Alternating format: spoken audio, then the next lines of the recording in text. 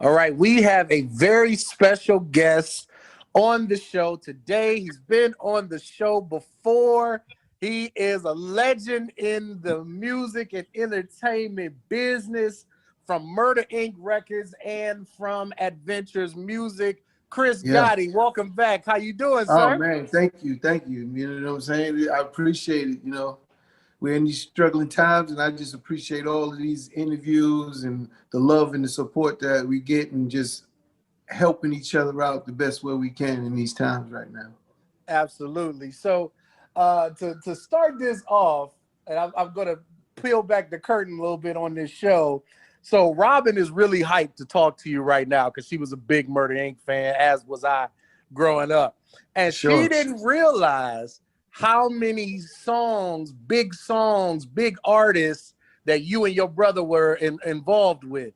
So, Okay. just real quick, I mean, the resume is so long. But real quick, just for people, for listeners who may be too young or may know the song but don't know the people, just give a little bit of the resume of all the hits that y'all are attached to. Man, what's funny? I'm really bad with titles. So when you say give me the name, like hits, if I wouldn't be able to name all the hits, but the artists, we've been involved with careers aside from Ja Rule, Ashanti, Lloyd, and all of the Murder Inc. roster from Black Child to Caddy and Charlie Baltimore. But we was also dealing with Jay-Z and all of Rockefeller there, and DMX and all of the Rough Riders over there. That's all part of the family of the Murder Inc. family. And then in the beginning days, you also have Mike Geronimo, Royal Flush, Pitbull, Little John, and then we worked with pretty much every artist and did records from Mariah Carey to Mary J. Blige to pretty all the artists. One of the favorite artists that I got to work with that I really enjoyed with my brother was Old Dirty Bastard. He's one of one, and the way he made records is so unique and different. I never seen anyone like it to this day, the way he made music and the way he put it together, and you didn't understand it until it was a finished product. His genius was different.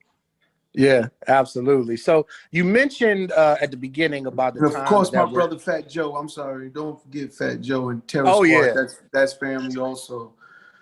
absolutely, absolutely. You had a monster hit with him. What's Love? For those of Oh y'all yeah. don't remember that. What's I always make jokes because it changed his life. Yeah. That record changed his life. At the beginning of the interview, talking about the times that we're in, obviously everybody's been dealing with COVID. It's had a impact on everybody's business. And I know, just from knowing you guys and kind of following you guys, I know you guys were doing tours and we were doing the TV shoots and all of that. How has COVID, all of this stuff impacted you, and how have you been able to kind of navigate around this new reality and keep the business Well, going? the reality is everything is slowed down business-wise and everything. We're just blessed because we have other ventures and other businesses that actually maintain and keep everything going. Right. But the music from the adventure music standpoint, we used to tour and, do shows everywhere all across the country. And of course you can't do that anymore. So now we're starting to do different interactive things on Adventure Music One. That's the Instagram page. Someone hacked Adventure Music, and we had to switch it to Adventure Music One. Yeah, this technology game is really different. They held me for ransom, and I don't negotiate with terrorists. So they didn't want a lot of money. That's the crazy part. But once you give in, they have you. It's like they're gonna do it again, and you'll be paying them again in another month or so. Right. So, it's all good. It's part of this internet stuff and technology. But at the end of the day, we had to switch up. But we're doing interactive things to keep everything moving forward. We gave out discounts. So it's, in COVID. So if you wanted to get stuff half price for everything, just to keep, helping out in these trying times, Right. Streaming has went up. So, people are watching and streaming more than ever before because of COVID. So there's, whenever there's something negative, there's always a positive. We just got to find it. Right. Absolutely. And so real quick, for those who don't know, tell a little bit about Adventure Music, what Adventure Music is, and what you offer to artists. So, everyone knows me and my brother from Murder Inc. But I have a company now called Adventure Music, which is a digital distribution platform where, and I know there's tons of digital distribution platforms out there. I would challenge anyone to see one that's doing what we're doing and trying to truly empower the independent artists that are out here for their own betterment and for their own business. To run a record label is very complicated. And I'm trying to pass on, not trying, I hate that word trying, I'm doing, passing on that information on how to do so from an independent standpoint for each artist and teach them how to own, operate, and monetize their business. When you make a record, they think it's just music, but it's really about an intellectual property you create and then how to exploit that intellectual property. Right. Absolutely. Dante, on the note of artists, I know you have a question. Sure. Yeah, definitely. So I wanted to know, what do you look for when you are kind of evaluating who can be a star? Because I mean, it's a lot of people out there that can rap, a lot of people that can sing, dance, act, but like, is there a specific quality or something you look for when like, no, this person has it? Okay, so I'm going to answer your question, but I'm going to tell you right now, today, as of it is today, I'm not looking for the star in the sense of what we used to do traditionally in music. To me, the traditional style of music is broken. And so when I hear that question, it's coming like record labels are not looking for that star. You know what they're looking for? Engagement. They're looking for that artist that gets the engagement. They're not looking for the quality that we used to look for that says, man, that's a star. Ja Rule's a star. What made him a star? The way he performed, his voice, writes records. It was a whole package. They're not looking at that. And then you could look throughout the industry and see that it's not part of what's going on anymore in music. It's about who can get that engagement and reach that audience. And they become the star today. But to me, there is a different type of a star than it used to be. And if you I don't believe we'll ever see the likes of like certain artists anymore. As great as these young artists are, it's not their fault. It's just there's no development in them. The way they're being approached from a business standpoint, nothing's impossible. It just leads to a very hard and difficult place for them to get to that level. Or that what you're asking me is, what do I look for? So today, you don't, of course, talent is, people have to make records, but how many records are out here today that wasn't from something you liked or deemed that you like that's winning? Right. So that just changed the whole playing field, that I don't need to make one type of record, even if I like it or not. So who's the judge to say what's hot and not hot? Right. If you're trying to pick one. So you got to kind of have an open mind when you're dealing with artists today and dive into their culture and their perspective of what type of music they're making, and then find the audience that it would resonate with. So it's like the approach is so different, where old school music industry business, they dictated and forced the public on what they wanted. Of course, you have to have quality. I never seen someone like or keep playing records that wasn't really a good record in traditional sense, right? Of a good record. Right. You understand? But at the end of the day, it's so diverse on the approach of what's good or what's winning and what's not winning. It changed the whole perspective of music. Right. We're talking with Chris Gotti, and I know that's what you were just talking about. I know that's one thing that's a common thing that I've heard both you and Irv talk about. And for being guys that have had big success in this business for a long period of time, you guys have still been able to keep up with the young trends, the young styles, and things like that. We got kids. That's exactly what I was about. That's exactly where I was going. Like, where does that come from? Well, we have kids, but it's also it's not just kids, in my opinion. Like, because others in our same position have kids, but they may not be take the same approach and look at the business the same way. But one thing's for certain, this is a young man's game. And if you're not paying attention to the youth and what they're doing, you're going to lose. It's that simple. So if you understand that, you're going to always pay attention, whether you like it or not.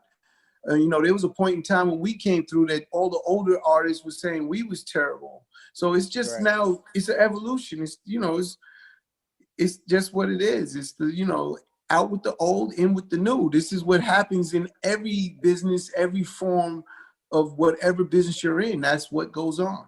And music is no different. And so you have to be smart enough to know the youngies where it's at, and they're gonna come with their own personality and style, and you have to adapt to what they want. Our job is the OGs, as everyone always loves to say, you're OG or this or that. Okay, well, that my job isn't to just tell them what to do, is to help them do what they're doing. Right. And make it prosper and grow. And that's what we look to do. Me and my brother, we both look at it from that perspective to make this business work properly for us. Right. Right. And going back to like you said, you know, the old heads when you guys were coming up, we're talking about the music that you were making. How ironic is it to you now that you see at the time, you know, Ja Rule got so much criticism for singing in songs. And now that's like what everybody does. Like there's very few artists that don't do that now. What does it feel like? It's crazy, but you know what do they say? You know, that's the biggest form of flattery, right? When someone tries to imitate what you're doing. Right. So at the end of the day, he was ahead of his time. You know, in business, in any business, timing is the number one reason it is successful. And he was successful with making all these hit records, and then started singing on these records and with his melodic flow and voice and creating a new style. And that is a very challenging thing when you create a new industry in a very predictable industry, like people are going to reject it. Now, he got accepted, but then he got criticized because of the whole 50 Cent thing. He was the first one to start criticizing, who actually started singing on records as well. It's just it's just what it is. It's like that's how strong, you know, shout out Lil Wayne, but Lil Wayne is one of a dear friend, but he used to tell us all the time that's who he would deal with Ja Rule, you know what I'm saying? So his influence is also part of everything else. Like that's just another part of Ja Rule and what Ja Rule created. If you go back to Ja Rule's beginnings, he didn't do that. He didn't rap that way. No, he didn't. He developed that. He found his style, which is what developing is all about. He found his niche in music, his lane. And that's what he did. And and like you said, it's where it started and originated from right there. You know, there's other original guys that was doing melodic stuff. Even a guy like a Nate Dogg singing hooks, rapping the hook. Yeah. I was just watching him on Head of the State. I don't know if you ever seen that movie with Chris Rock, but anyway, you know, God bless Nate Dogg. He's one of the legends that passed way too soon, but he was the one also doing it. So his West Coast version of it, you know, but Rule took it somewhere differently. Right, and like you said about other artists doing the melodic flow, we're in Cleveland, so of course Bone Thugs, they were doing Bone that Thugs, as well. You know what I'm saying? Shout out Bone Thugs, that's family right there.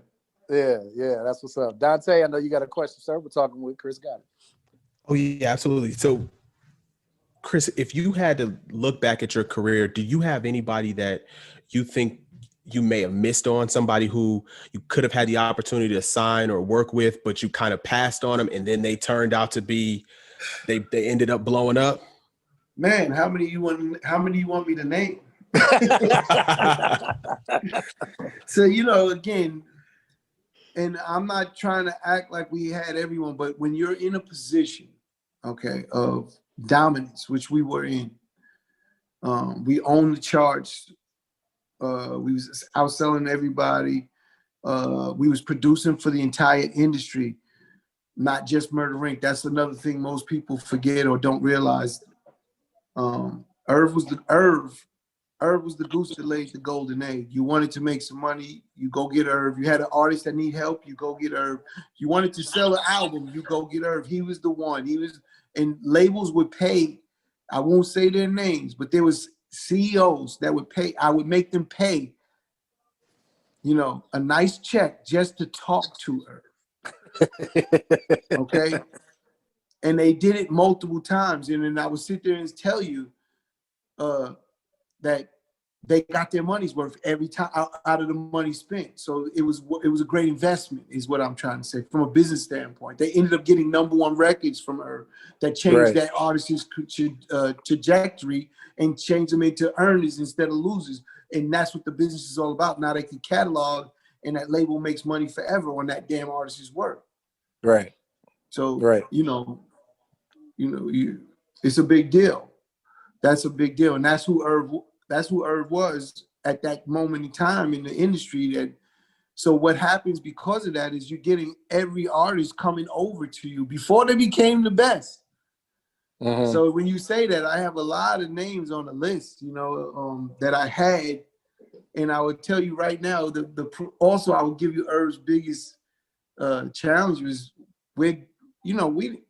I'll keep it 100. We was just working. Right.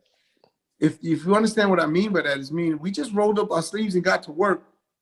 We wasn't thinking about nothing else except for making hit records and keep working. So he wasn't thinking about signing new artists and add it to the roster. It was hell for me to get Ashanti signed. It wasn't easy to get Ashanti signed. You know why? Because Ja Rule is popping. Right.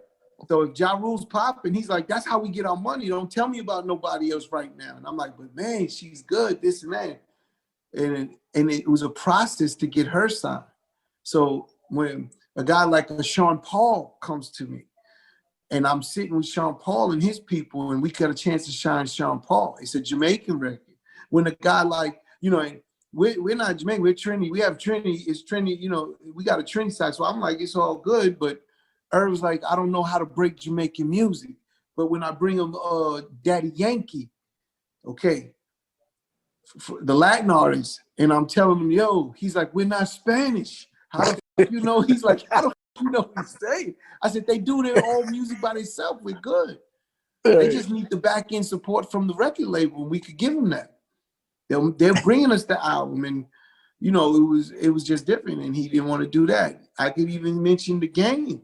I had Game way before he was G-Unit. Really? You understand?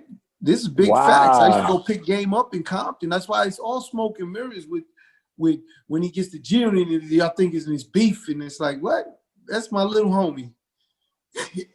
Right. And when he signed, he didn't sign to G-Unit. He signed to Dr. Dre, who was our man. We was like, you with the best dude. Dr. Dre's the best. You good. You West Coast, you got the best dude. You crazy, this all love. And then during that mix, when he gets over there, they made a move to put him into the G-Unit family. You know what I'm saying? But that's a great business move. Jimmy Iovine, he's a monster. Right. You know what I'm saying? Shout out Jimmy. Jimmy's a beast, and that's all that is. He put it over there, and he's like, it's gonna work better with this. And it did. Right. And so that brings up a question that I have, and I try to, anytime that we've had these interviews, I try to stay away from these questions because I know you probably get tired of them and you get asked them by everybody. But the way that I'm approaching this is this: does it bother you that it seems like your Murder Inc. is always going to be connected to that battle? Like people still talk about it, act like it happened yesterday, it still makes news. Like does that bother you that it's always like a link between the two camps? All it is. I understand your job. I understand the listeners. It's anyone in my position would be tired of talking about it. It's old news. Right. It's something that happened over 15 years ago. Right. 17 years ago, it's about the right timeline of when all that really was going on. Like, what are you still talking about that you was doing 17 years ago? It's not right. So at the end of the day, but I also understand how big it is, because in the nature of what it took place in the culture of hip hop. And that's the reason it's still talked about, and everyone wants to see 50 and Ja do verses, and it'll be the biggest verses, and all of these talks, you know what I'm saying? And for me, I don't give two craps about it, for real. Like, I'm moving. What am I doing now and moving forward? There's nothing to think about. I don't think about all of the old stuff. You know, I want to live in the present. Right. You know, but I do understand when people asked about it and everything. So I answer it and I give them, you know, things they probably didn't understand about all of these things that went on, because we're in the entertainment business and you basically got entertained. Right. Right. And yes, there's a fine line that turns entertainment into reality, because most of this entertainment business is smoke and mirrors. It's all fake. But then you do get to real shit. And, you know, we teetered on the line of that the real side, because we're not, again, you know, Murder Inc. Think of Murder Inc., right? I like to make people put things in a different perspective for people, because they think Murder Inc., Irv Gotti, Chris Gotti, thinking gangster shit. And right away, all our music was women orientated records. We didn't make West Coast gangster music. We didn't do East Coast gangster music. Our persona was gangster. Our music was for the women. Right. And that's a big difference. And that's when you start understanding we was just marketing. You know, the names, Gotti was Irv's nickname, it wasn't mine. And it just, because he's my brother, they forced it on me. Right. You know, and it's like you're stuck with things that just happened. It wasn't because you asked for it. Like, I didn't ask for it. Irv didn't ask to be Gotti. Irv's nickname was Magoo. And Gotti came to him from Jay-Z. It's simple. It's like, and once Jay started calling Irv Gotti, everyone called Irv Gotti. And, oh, you're his brother. You're Chris Gotti. It's just natural, you know, the way things flow. It was nothing more, nothing less. So when you hear this, oh, this and that, I'm like, it's so corny, because they have no clue of what's real. Right. You know, and then when you break down the real, then they get it. You know, because I love to, you know, I'm a person that I'm not a captain. I don't want to sit here and talk about something that is front, and I don't do that. I just like to talk from a real place. And, you know, when they had the elections, where they do fact checks. I said, yeah, you could do your fact checking on me. That's what I like. You know what I'm saying? Understand the truth in the words, so you understand what's real and not, you know, and then maybe that'll make you help understand the importance of Murder Inc., you know, and how big we are in the sense of what we accomplished, what we done, and how we dealt with it, you know, the whole thing. Do you feel that you and your brother and that whole movement, do you feel that you guys get the credit that you deserve? You know, credit, first and foremost, that credit that we deserve is hard to understand. Like, I believe from the industry people that run the business, oh, our credit's through the roof, right? We also have a history, so it's like a double-edged sword for those same people that know and understand and respect the history of who we are in business and music, because they're nervous of the other side that might pop up because of things they don't know, the unknown, which is the street side of things, and they're scared and nervous from all the, let's say, the stories they might have read or heard about. But at the end of the day, the public, again, it's I don't know anyone that's not like, they just don't talk about it. It's like we've been, let's say, blackballed from that standpoint. It's like they want to write us out the books because of the history of what we went through. You know, Universal cooperated against us with the government. That's a big deal. They don't want the world to know that. Right. And we never went out and just kept talking about it. We didn't say that happened. We just kept trying to keep moving forward as men. Like, all right, let's keep going. And then they still didn't work with us. You know, and so that's when you say it feels like they don't want to put us in the record books. And there's reasons that I have that I believe could be true on why, because certain individuals that are very prominent and dominant in this industry might be caught into that mix. You know, but at the end of the day, it's all good. You know, you can't take away what's real. And the amount of work that was done, the amount of success that was done, you cannot remove it. I don't give a hell who the fuck you are. Right. And that's the bottom line to that conversation. So when you get down to it, whether people are, numbers don't lie. Our numbers is posted.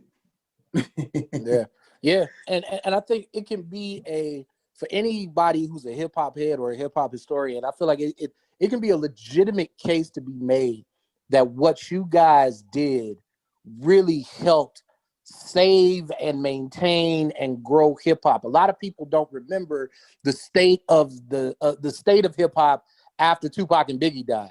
It was very shaky. It was very shaky. It's even more shaky on the East Coast. Yes.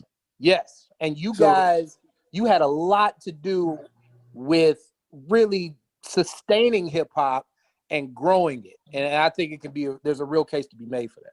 That's absolutely the truth. We changed the dynamic of what hip hop where it could go, as big as hip hop is, right? So my story to represent that was Ja Rule is a rapper on the record label Def Jam, which is an all rap label in the industry, right? It's just all rap, Def Jam. At the time, they got Justin Bieber now. But back then, no, you think about what I'm saying. That's huge. Right. That's a huge That's real. deal. Yeah, that's real. Because that means they crossed into the pop audience. So, the pop audience is where all the money's always been made. You watch any of the old movies with the old, artists and groups, and they all cross into the pop side, and that's when they really was making their money. So Ja Rule's on a record label that's all rap, that only deals with black stations, not pop stations. Mm-hmm. And all of a sudden, Ja Rule is getting played on these pop stations without no one working the record or no one record label paying the pop station to play it. And this was a huge deal inside of Def Jam. For the first time, they went crazy. Mm-hmm. Leo Cohen, Kev Lyles, they going crazy. Yo, it was getting played on Z100. Yo, they couldn't believe it. Mm-hmm. So what did they do right after that? They went and hired a guy named Ken Lane, who ran the pop division, paid him a nice salary and his whole staff to come and work hip hop records at pop stations. That changed the game. Absolutely. So when you say that, again, I understand who and what we did in this industry and what we did for the entire industry, like the entire hip hop community. And we made it where now you don't have to be a pop artist, like a pop rapper. There was pop rappers, right? You know what I'm saying? Right. Vanilla Ice is a pop rapper, right? We don't have to be a pop rapper to be on a pop station. That's what Ja Rule did. Absolutely. And that changed not only the industry, the volume of revenue driven, which is what all they care about. Mm-hmm. So when you talk about, and I mean, it's a big change in numbers. It's not a little change in numbers, right? So you're talking about billions of dollars being generated now that was never being generated. And when we get to Def Jam's biggest artists were selling like 600,000 units. And Irv used to laugh because Puffy was doing over 2 million with Biggie. Right. And he's like, how is Arista Records beating out Def Jam with the hip hop label Def Jam for hip hop? And he would kill him. And and he was like, don't worry, we're gonna change that. And that's what we did. And Irv is a visionary in every sense of the imagination, and he's one of one. And he, it's my younger brother, and I'm just fortunate enough to be able to be right there to support him, to watch and see the moves and how things happen in music from that standpoint, because he's one of one. No doubt. We're talking with Chris Gotti. We got a few minutes left, so we're going to go to Robin. I know you have a question for him as well. Sure. Yes. So do you have any upcoming projects in the entertainment industry? Sure do. Which side you want? My brother is now, coming from I always put things in perspective so the audience and the people that's listening, could understand where we are and what we went through. We went through an entire federal indictment trial, won, fully exonerated. And we're just now in 2020. That ended in 2004. Right. In December of 2004. we're 16 years removed, and we're just back to the level of where we was at back then, because now the corporate America is allowing us to do business again, right? And that's so important. So when you ask me about these projects, so we have an artist signed right now with Murder Inc. Named JT from Gary, Indiana, on Sony, Murder Inc. Sony. His single is out right now. You know, It's hot too. It's hot too. It's dope. Yeah, JT's a beast. So my brother's all over him. JT got a single out with Ricky, another artist that we have, R&B singer, who happens to be our niece and Irv's goddaughter. And That's Ricky's a beast. I've been grooming Ricky since she was 12, and she's ready now. We're about to sprinkle a little Ricky on everybody in a minute. And to remind you, I'm not a record label. We still have Murder Inc. So even though I have Adventures, we still have Murder Inc. and it's still existing. We have Boogie Bird, on Murder Inc., which is on 300, and these other artists. So, but then we have television. Irv is conquered in the television world with his TV show called Tales. He's now into the movies. He has movies coming. We got 3 movies coming. Again, COVID is stopping everything because of production, but doesn't mean contracts isn't signed and everything's ready to go. Right. As soon as COVID lifts, if this vaccination was to come out, and then everyone, I'm pretty sure we'll be right back to the production and getting all these things done. So we have all of those coming in. To come back from that trial and the entire industry turning their back on you, and it's like such an accomplishment. And again, it takes people to understand what that really represents and what that means to understand where we are today versus what we went through. It's amazing to me. Right. And it's, sky's the limit. Adventure music is growing every day, getting more artists signed up and growing, and sky's the limit. There's nothing that stops us from achieving all types of different goals and dreams, really. Right. We're talking with Chris Gotti, and you brought up Tales. I actually just introduced my team to Tales, and they loved it. I'm a big fan. Robin, great. I know you have a question along those lines. I do. So how do you find the actors and actresses that star in Tales? Are they people that you know personally? Do you do casting calls? How does that process work? So before COVID, we was doing Tales talent search with Adventure Music, and we was running around the country. We picked markets and giving John and Jane Doe opportunities to not only have their music in Tales, but also to perform in Tales.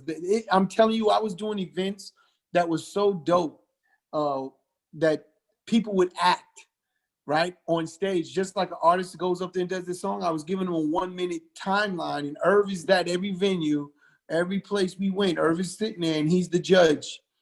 And if you was dope, he puts you in the show. Now, we shoot in Atlanta.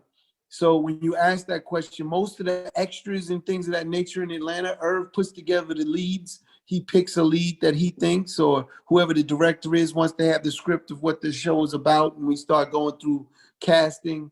But that's how they find it. But all those extras is usually right from Atlanta. So if you really wanted the opportunity, you got to be in Atlanta. That's the easiest way. And then we also did Tales Talent Search, and that was also how you could get in if you were in Atlanta, because we came to your city. Right.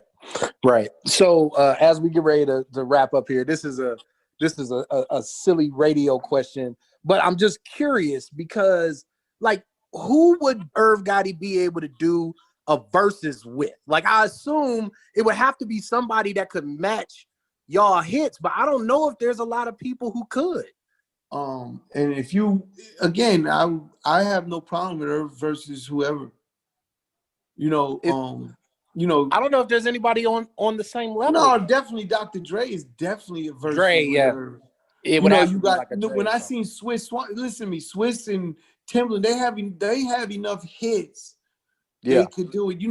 There's producers that have that type of work. A lot of the South producers, like let's say a Manny Fresh, for instance, they had so many hits, but they may not have been as big as the ones that we had with Irv, but they're still huge hits, and they're different type of hits. And And I don't like to put apples and oranges and compare. You know what I'm saying? This is very difficult to find the same type of apple to apple comparison, if you understand what I mean.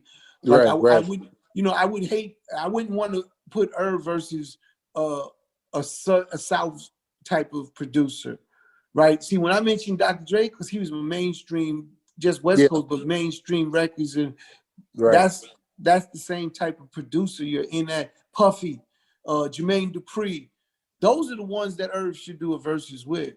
I would love Irv and Puff to do a versus, because Irv and Puff, and I'm gonna tell you why. Irv, we would bust in Puffy sessions to play music, and he would bust in our sessions to come play music. And that was the juice. Like, if he was, they could be in the middle of anything. I don't care what it was. Whoever is in the booth, get out, and we playing our music, and then we and vice versa. You know, they would do it the same way. That's where it came from, because see, that's the old style of making music. It was such a community and friendly, like Puff is family. That's friendly competition. When I say that, we want to kill him in music. Right. You understand? We trying to kill him in music. And that's what that was about. Like, oh, you think you got some music coming? Well, this is what we got coming here. And that's what went on back and forth. So it was just that moment in time. It's such a different, like, today it's not that same vibe with these producers and everything, but it's all good. But that friendly competition is what made the sound you hear. It's what made all those records you hear. Right, because everybody was trying to be on top and to bring their A game. It had to be on the A game. And then, I mentioned this in another interview with someone else. I said, what was also huge in that era was, when are you releasing? So if you was really the one killing it, you dictated and dominated when you were releasing. Mm-hmm. And everyone would have to get out your way. And if your friends, even though I said it's a friendly competition, your friends, you would tell them, like, we're coming December 20th, we coming. Don't, man, stay out the way. And they'd be like, got it. And vice versa. If they was the ones on top at the time, they'd be like, yo, we coming. Don't get up. All right, cool. Thank you. And we make sure we go around that date. We didn't want to, that date was so important back then. Like, it consumes all of the market share, and you don't get that release, you're in trouble. Right. Absolutely. So as we close this, I want to get your opinion on something, just as someone who's been a prominent figure in hip hop. This past week, there's been some controversy over a rapper who was indicted, and the federal government used some of the things that he said in an interview. You talking about Casanova? Yes. Now, shout out Cas, man. Hold your head, man. I don't wish that on my worst enemy. Trust me when I tell you, dealing with the government, the feds, is nothing nice. What he's about to deal with, the amount of pressure they're about to put on him. Man, trust me, I dealt with it. It's nothing to deal with. It's nothing I want to see you, like, anyone deal with. It's that bad. And I'm hoping he didn't do what they're trying to say he did, and I'm hoping he's good, because he's really a good dude. At the end of the day, I got to know him very well and talk to him and just understand him as a man. And you get men, you get caught up in an image sometimes, and one of his biggest challenges was he's just big. He's physically stature, like, he's a big dude. So right away, you're gonna get tried and tested with all types of people. Right. For sure. I grew up, if you was the biggest guy, I gotta go get you first. That's how I grew up. Right. I'm gonna swing on you first. Right. So the controversy obviously is over, the things that were said in the interview. So who is it, the fault of the interviewer for asking those type of questions? Or is it the fault of the artist for maybe saying a little too much? Okay, it's kind of like, I don't want to, the interview, your job, this is your job. But the reality of this, right, I'm going to keep it a full 1,000 right now. Right. The reality of the interviewer is this. Most interviewers is very uneducated in how to interview today. Yeah. Because of the internet. Everyone became their own, right? And again, and that is a big challenge from the person being interviewed. if you don't know how to respond, you might say some detrimental shit. Mm-hmm. So, but as the responder, you have to know how to handle yourself in all circumstances. So I never blame the interview because they're just trying to get the best interview to get the most engagements and views for their shit. And that's their job. Your job is to make sure you don't step in shit. Right. Real talk. And you know, I could tell you, like, I've heard interviews with, like, say, a Ja Rule, that he didn't say the best things, right? Mm-hmm. One of the ones that I always remember is when he said he's gonna, you want Pac? I'm gonna turn it into Pac, and he's mad and going. I'm like, what are you doing on the radio right now? Oh my God. You know, we always make jokes about it, so it's like it's all good. It's like Ja's my brother, so at the end of the day, but you have to understand how the temperament of and when they're trying to get something from you, a reaction out of you, that's what they want. Right. You know, even my brother, he doesn't answer certain things. You know, J-Lo asked him to be interviewed with Ellen. He go Google that interview and see what he said. It's like unreal. I've seen him talk about it. Yeah. You know, it's like it's unreal. But at the end of the day, it's up to the person being interviewed to know how to respond. Like an interviewer could ask all the craziest shit in the world, and you could look at, you know, you could get up and if you're in the same room, you get up and smack them. But if he goes that far overboard, you know, Right, asking right. questions. But you could easily say, I don't want to answer that, or you could be like, you know, that's when I say keeping it real goes wrong. You go, you went too far. You don't need to be that. If you're secure in who you are as a man, you're good. You don't need to think about none of that stuff. That's how I feel. Right. Like no one could challenge me as who I am. I know who I am, and if you want to see who it is, I can show you whenever you're ready. Right. That's not a problem, but that's just how I was raised. So that's why I feel when I do interviews, everyone always tells me, "Oh, this is great interview," but I know how to deal with questions. You know, the feds used to come to my house when we was under investigation. They would come to my house pretty much 2 to 3 times a week just to come in and see if I'm going to talk to them. And I would let them in and talk to them. And my lawyer would tell me, don't do it. Jerry Shargell, Chris, don't. Stop talking to them. They only going to hold it against you. I said, Jerry, I'm not saying nothing wrong. But I want to hear what the hell they talking about. Mm-hmm. You know, and again, they would say crazy shit to me. You know, one of the craziest things, they said, they ring my bell and I come to the door and yeah, Chris, yeah, what's going on? They say, there's someone trying to kill you. You got a hit put on you. And I say, yeah, what are you guys going to do about it? They said, we just did, and they walk away. This is the type of wow. You know, they're obligated, if they find through wiretaps, something obligated to tell the person that that's what they heard. Yeah. So that's what they come to tell me. You know, they tell me about if we don't tell on Preem, you're going to be sitting right next to them. They want reactions. Mm-hmm. They tell me how, they caught Preem with a gun and this and that. You know what I told them? I said, well, you know, he was shot at in broad daylight multiple times. How come you're not trying to get the shooter that was shooting at him? Right. Because I said, if that happened to me, I might have a gun on me to protect myself. Right. You know what I'm saying? I said, you know, I just like to keep it a buck, but come on, like, don't do that. Just keep it, you know, without giving nothing. Like, it's just talking. Like, so I hope he's good. You know, I know that they picked up a Boogie. You know, I hope he's good. That's my dude too. And you know, I know he's home already, but still, I'm hoping that it's not associated or tied together because the feds are very strategic. So if it all kind of ties together, that's why he might have got picked up. I'm nervous for that. Wow. And then if that happened, that might not be a good thing for all parties involved. Wow.